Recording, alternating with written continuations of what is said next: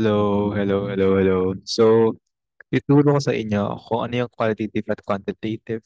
Basically, pag qualitative siya, it's focused on anything na hindi numbers. Okay? So, for example, let's say colors or kumbaga phone, sorry, ito yung mga ano ko, paligid ko ngayon. Phone cases, uh, kuwari element, yung hydrogen, helium, ganun.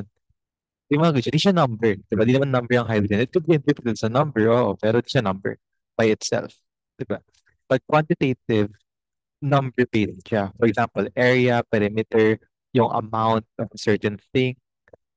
So, ayan siya. So, ngayon, i-classify natin kung qualitative or quantitative ang uh, case na ibigay sa atin. So, eto, a number of bicycles sold in 1 year by a large sporting goods store.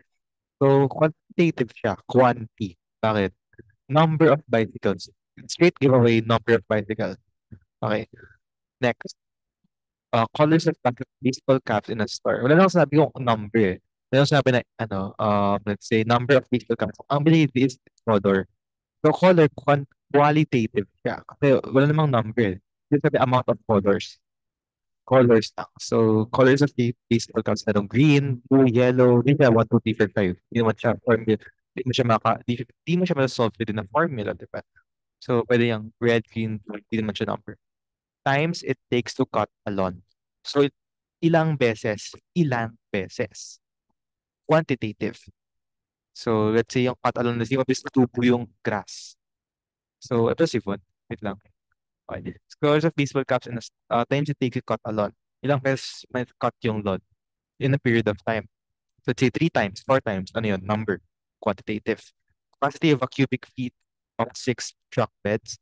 Capacity. So, this talks about area. And area is quantitative. Bakit? Amount yung hinihingi dito. Ilang cubic feet. So, one good tip is to translate the question to Tagalog. Ilang beses, ilang cubic feet, ilang bicycles. Yung sabi, ito naman, ano yung colors? Diba? Di naman sinabi yung ilang colors. Ano yung colors? Ito, classification of children in a daycare center. Infant, toddler, preschool. Di sabi dito kung ilang children. Sabi lang kung ano yung division ng children. Although, oo nga, tatlo yung classifications. Kita pa rin kung ano ka. Diba? For example, tayo, grade 10 tayo. Di mo sabi kung ilang grade 10. Hindi lang kung ano ka, grade 10 ka. So, ano ka, infant, toddler, o preschool. So, this is qualitative. Quali. Hindi siya number. Kasi lang sabi kung ano ilang children. Ang sinasabi lang is classify the children sa isang daycare center. Same thing, kuwari grade 10 or grade 10. Ano ka, grade 10 o grade 10? Grade 10.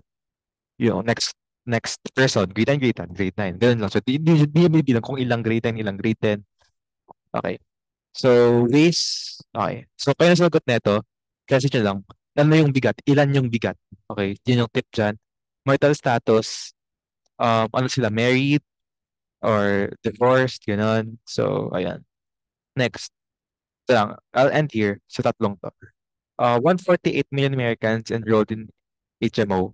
So, ito, more on reading comprehension siya. Inferential or descriptive. Pag inferential, ang keyword is predict.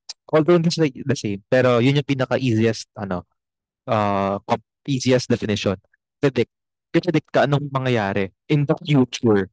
So, one tip here is to check kung anong tense siya. Will be. Will.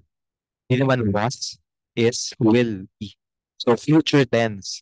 Inferential siya kasi it's predicting that in the year 2010, 148 million Americans will be enrolled in an HMO. Hindi mo sabi na ano eh, in the year 2010, 148 million Americans was enrolled. So, sabi itong data na to, let's say, before 2010 ito nabigay. So, in 2009, 2008, before 2010 ito binigay. Itong USA Today na to. So, it will be future inferential. Basta future, predict the future, inferential. 9 out of 10 on the job facilities are men. Yung sabi lang dito na 9 out of 10 on the job facilities are men. Walang predict dito. More on objective siya. So, objective lang siya kung wala siyang pinapredict. Descriptive. Ito, next.